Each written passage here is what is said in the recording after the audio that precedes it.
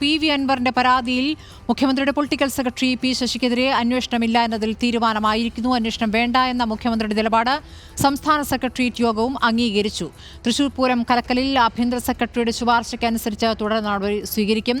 ADGPയെ തിരക്കിട്ട് മാറ്റേണ്ട സാഹചര്യമില്ല എന്നും യോഗം വിലയിരുത്തുന്നു. റിനു ശ്രീധരാണ് വിവരങ്ങളുമായുള്ളത്. റിനു, CPM സെക്രട്ടേറിയറ്റ് ഇപ്പോൾ പി ശശിയെ മാറ്റേണ്ടതില്ല, അല്ലെങ്കിൽ പി ശശിയുമായി ബന്ധപ്പെട്ടൊരു അന്വേഷണം വേണ്ടതില്ല എന്ന തീരുമാനത്തിലേക്ക് പോകുന്നു. മുഖ്യമന്ത്രി പുറത്തു പറഞ്ഞ തീരുമാനം പാർട്ടി സെക്രട്ടേറിയറ്റ് അംഗീകരിക്കുകയാണോ?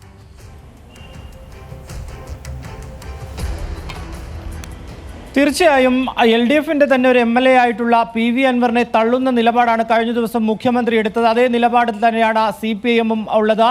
ഇന്നിപ്പോൾ ചേർന്ന CPIMന്റെ സംസ്ഥാന സെക്രട്ടേറിയറ്റിലും അതേ തീരുമാനം തന്നെയാണ്.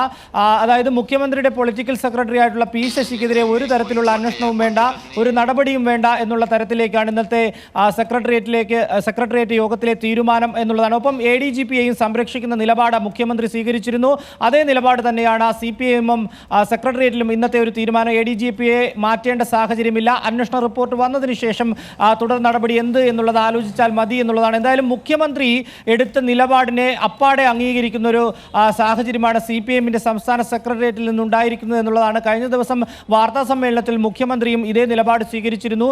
ADGPക്കെതിരെ നിലവിൽ അത്തരമൊരു നടപടിയിലേക്ക് പോകേണ്ട സാഹചര്യമില്ല, പി ശശിക്കെതിരെ ഒരു രീതിയിലുള്ള അന്വേഷണവും നടത്തേണ്ടുന്ന കാര്യമില്ല എന്നതടക്കം പ്രതികരിക്കുകയും PV അൻവറിനെ തള്ളുകയും ചെയ്യുന്ന ഒരു സാഹചര്യമാണ് ഉണ്ടായത്. CPIMന്റെ സംസ്ഥാന സെക്രട്ടേറിയറ്റിലും സമാന നിലപാട് സ്വീകരിച്ചിരിക്കുന്നു. PV അൻവറിനെ തള്ളുന്ന ഒരു സാഹചര്യം ഉണ്ടായിരിക്കുന്നു.